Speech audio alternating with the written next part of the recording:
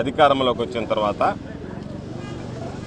విధ్వంసకరమైనటువంటి పరిపాలనకు శ్రీకారం చుట్టి ప్రతినిత్యం వైఎస్ఆర్ కాంగ్రెస్ పార్టీ శ్రేణుల మీద దాడులు దమనకాండ కొనసాగించేటువంటి నేపథ్యంలో దానికి పరాకాష్ఠగా ఈరోజు పాపం సోదరుడు బాలకృష్ణారెడ్డి ఉండేటువంటి ఇంటిని కూల్చివేయడం జరిగింది.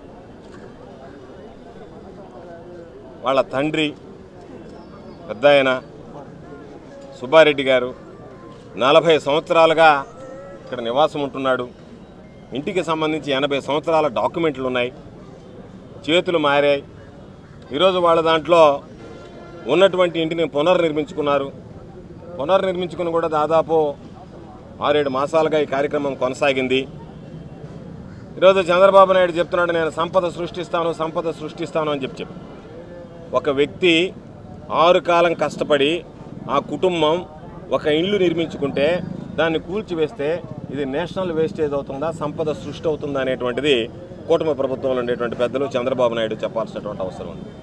కాబట్టి కక్ష సాధింపులకు పాల్పడతాం, ఒక పద్ధతి పాడు లేకుండా మా ఇష్టారాజ్యంగా వ్యవహరిస్తామని చెప్పి ఈరోజు ఈ ప్రాంతానికి సంబంధించి మున్సిపల్ శాఖ మంత్రిగా ఉన్నటువంటి నారాయణ గారు, నోడా చైర్మన్గా ఉన్నటువంటి కోటమిరెడ్డి శ్రీనివాసులరెడ్డి గారు మా ఇష్ట ప్రకారం మేము వ్యవహరిస్తాం, మాకు ఎవరు వ్యతిరేకంగా ఉంటే వాళ్ళు ఇల్లు కూల్చేస్తాం, మాకు అనుకూలంగా ఉన్నటువంటి వాళ్ళని వదిలేస్తామన్నట్టుగా ప్రవర్తించడం సరైనటువంటి పద్ధతి కాదు.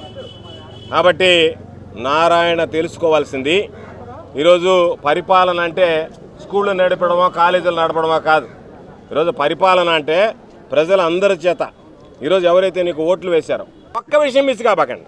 అధికారం రేపు మారితే అధికారం ఎవరికి శాశ్వతం కాదు. అధికారం మారితే, అధికారం మార్పిడి జరిగితే, అధికారం మారిన తర్వాత రేపు మీ పరిస్థితులు ఏముంటాం అనేటువంటి ఆ ఒక్క విషయం మర్చిపోబాకండి. ఆ ఒక్క విషయం మిస్ అవుతున్నారు మీరు. ఆ ఒక్క విషయం మిస్ అవుతున్నారు. ఆ ఒక్క విషయం మిస్ అవుతున్నారు మీరు. అధికారం రేపు మారిపితే ఏం జరుగుతుంది అనేటువంటి ఆ ఒక్క విషయాన్ని మిస్ కాబకండి. ఆ ఒక్కటే మిస్ అవుతున్నారు మీరు. కాబట్టి మీరు అనుకుంటున్నారేమో మేము కిండలుగా వ్యవహారం చేస్తామని.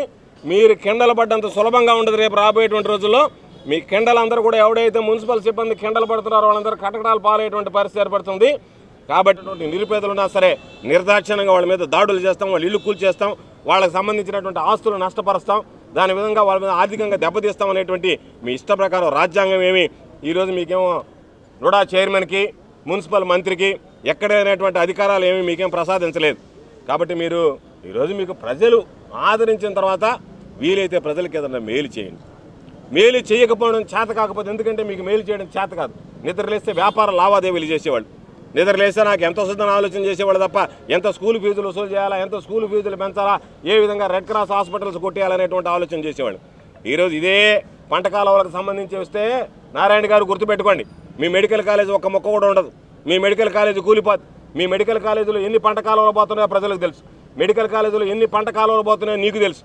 కానీ మేము అధికారంలో ఉన్నప్పుడు 10 మందికి సేవ చేసేటువంటి ఆ వైద్యశాలను కూల్చేస్తే ఏమొస్తుందనేటువంటి జగన్మోహన్ రెడ్డి గారి ఆలోచనతో కనీసం నీ దగ్గరకు కూడా రాలేదు, నిన్ను పట్టించుకోలేదు, నిన్ను ఎప్పుడూ అసలు లెక్కలో కూడా వేసుకోలేదు. మేము కార్యకర్త బాలకృష్ణారెడ్డికి సంబంధించినటువంటి ఇల్లు కేవలం ఆ ఇంటి ఒక్కదాన్ని మాత్రమే టార్గెట్ చేసి అంత పెద్ద భవనాన్ని సుమారుగా 50 లక్షల రూపాయలు ఖర్చు పెట్టి కట్టుకున్నటువంటి ఆ ఇంటిని కళ్ళ ముందే ఆయన వాళ్ళ నాన్న ఒక వృద్ధుడు, ఆరోగ్యం కూడా బాగలేనటువంటి వ్యక్తి, బీపీ ఎక్కువగా ఉన్నటువంటి వ్యక్తి, ఆయన కళ్ళనీళ్ళు పర్యంతం అవుతా ఉన్నాడు. వారు తీసుకొచ్చి జేసీబీలను తీసుకొచ్చి మొత్తం బిల్డింగ్ అంతా ఆ విధంగా సర్వనాశనం చేస్తూ ఉంటే ఆ ఒక్క కుటుంబమే కాదు, ఇక్కడ ఉన్నటువంటి ప్రతి ఒక్కరు కూడా అయ్యో అనిపించింది. సో నారాయణ గారికి ఒకటే చెప్తా ఉన్నా, ఎందుకు ఈ విధ్వంసం? నెల్లూరులో ఏం చేయాలనుకుంటా ఉన్నారు? మీకు 70,000 ఓట్లు మెజార్టీతో గెలిపించినారే, అంత మాత్రం మీకు గుర్తు రావట్లేదా? ఈ విధంగా ప్రజల్ని ఇబ్బంది పెడతారా? ఎక్కడ పడితే అక్కడ మీరు నెల్లూరుని నాశనం చేయడానికి ప్రయత్నిస్తూ ఉన్నారు. మీరు ఒక్కసారి ఆలోచించండి. ఈ ఏరియాలో ఉండేదంతా డాక్టర్లను అంతా కూడా కక్షగా వస్తూ ఉన్నారు. చాలామంది అంటూ ఉన్నారు నారాయణ హాస్పిటల్ ఉంది, మా హాస్పిటల్స్కి కనీసం బోర్డులు కూడా లేకుండా చేస్తూ ఉన్నారు, ఈ హాస్పిటల్ దెబ్బతినాలన్న ఆలోచనతో వాళ్ళు వెళ్తూ ఉన్నారని. ఈరోజు ఇక్కడ ఉన్నటువంటి ప్రతి డాక్టర్ కూడా పొగతోటలో ఉండే డాక్టర్లు అందరూ కూడా వేదన పడుతూ ఉన్నారు. వారిని ఆ విధంగా ఇబ్బంది పెడుతున్నారు. రెండోది రియల్ ఎస్టేట్ రంగానికి సంబంధించి మీరు ఒక జీవో తీసుకొని వచ్చానని చెప్పారు. కానీ అక్కడ ఉన్నటువంటి రియల్ ఎస్టేట్లో ఉన్నటువంటి ప్రతి ఒక్కరిని కూడా అన్నిటినీ కూడా కూలదోస్తామంటాం. ఏదో డెవలప్మెంట్ యాక్టివిటీస్ ఇంకే విధంగా జరుగుతాయి? అందరికీ కూడా మనకు సహాయం చేస్తే ఆ మనిషిని మర్చిపోకూడదు. ఇదే బాలకృష్ణారెడ్డి వాళ్ళ నాన్న మీరు కార్పొరేటర్గా ఈ ఏరియాలో నిలబడినప్పుడు మీకు అవుట్ రేటుగా సహాయం చేసి ఆయన గెలిపించినాడన్న కారణంగా ఆనవాళ్ళు దాన్ని పడగొట్టినారని చెప్పి ఆ రోజుల్లో ఇక్కడ వాళ్ళు చెప్పుకుంటా ఉన్నారు.